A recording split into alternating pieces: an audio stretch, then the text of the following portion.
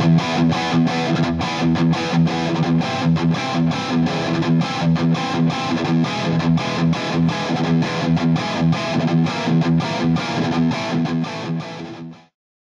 I'm John Petrucci from Dream Theater, and I'm going to show you a bunch of licks from our new record called Black Clouds and Silver Linings.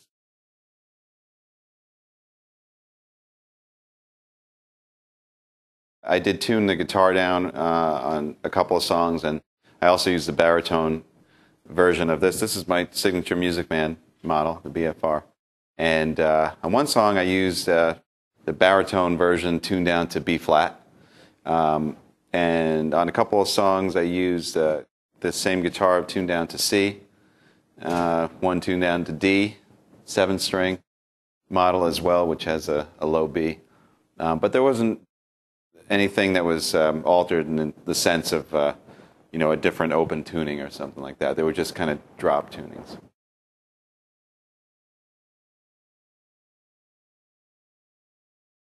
Well, the main guitar that I used on the album is this guitar that I'm playing right here, which is my John Petrucci Music Man model. It's the BFR version.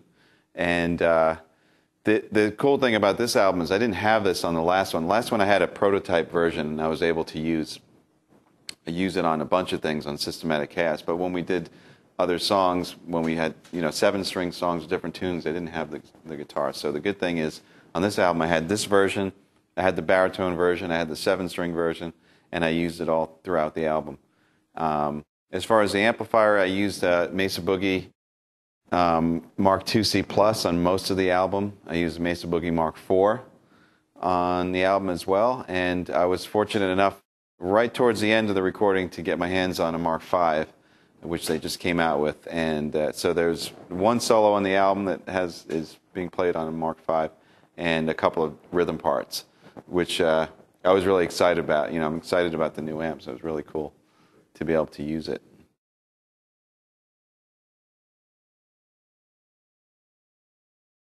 The writing process wasn't really any different than we normally do it. For years since we met back in Boston at Berkeley, we kind of did it the same way, where we get together, we jam, we do these sort of long improvisation sessions, and then out of those sessions, certain parts kind of emerge, whether they're riffs or lines or chord progressions, and we just start compiling those. We have a big sort of dry erase board, and we name them and list them, and we start to have an inventory of ideas. And then when we decide to go in a specific direction for a song, we'll build off of those ideas. So, for example, we might have a melodic theme, and maybe that's all we have from that jam, but that melodic theme sparks the whole direction. We'll say to each other, all right, this sounds very epic, so let's do something that's more storytelling, and that we know the song's going to be longer, and then at that point we start to actually write the specific sections we need. We need a guitar solo section, we need a bridge, we need a this or that, we need an ending. But most of the ideas are sparked from those jams that we have. When we're writing the songs, they're a little, the way that we actually write them and put together the initial version is a lot rougher than what it ends up being. So, we might say, all right, this section here is going to be a unison, it's going to build, and we'll write something that's kind of like it, but it's not until we actually start recording the basic tracks and then overdubbing that we kind of zone in on what those specific parts actually are. And at that point, that's where, if there are any technical hurdles, they come into play. And thankfully, I'm in the comfort of the studio, and I can do as many takes as I want and get it down.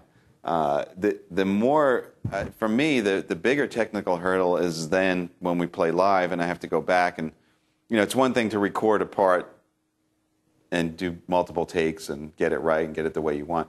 But then when you're playing live, you have that one shot to play it. So the bigger hurdle for me is relearning, practicing, shedding those licks or ideas or whatever, and then being able to play them tight night after night.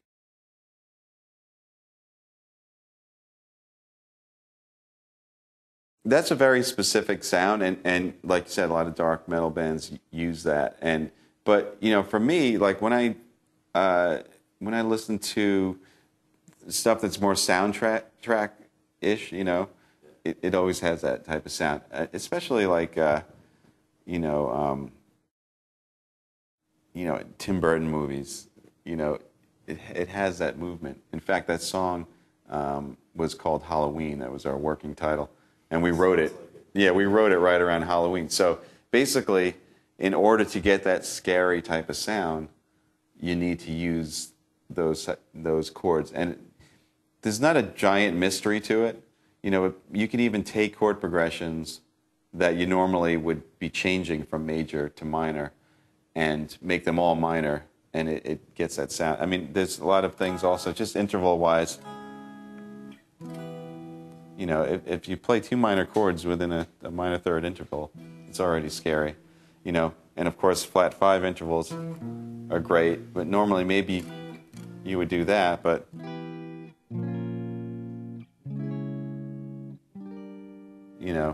if you use all minor chords that way and just use the proper intervals, it'll get that scary Halloween type of feeling. That's what we were going for. So it's not so much, an influence of listening to that kind of music. It's more of what we set out to do and then what technique was necessary to get there. If I'm going to do something like that, I'm going to use a detuned guitar, and I'm going to crank up the distortion and, have it sound as evil and dark and scary as I possibly can. I'm not going to go halfway and, like I said before, have like a wimpy version of that.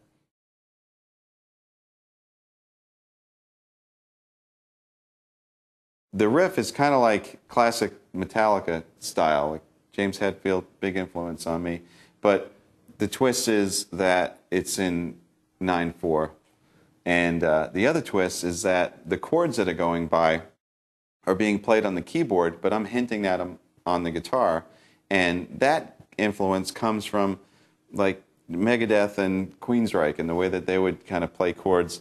For example, they might do something like,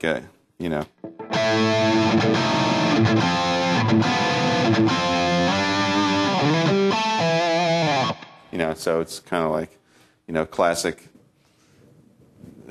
metal sound, 80s metal. But anyway, the blend ends up sounding something like this.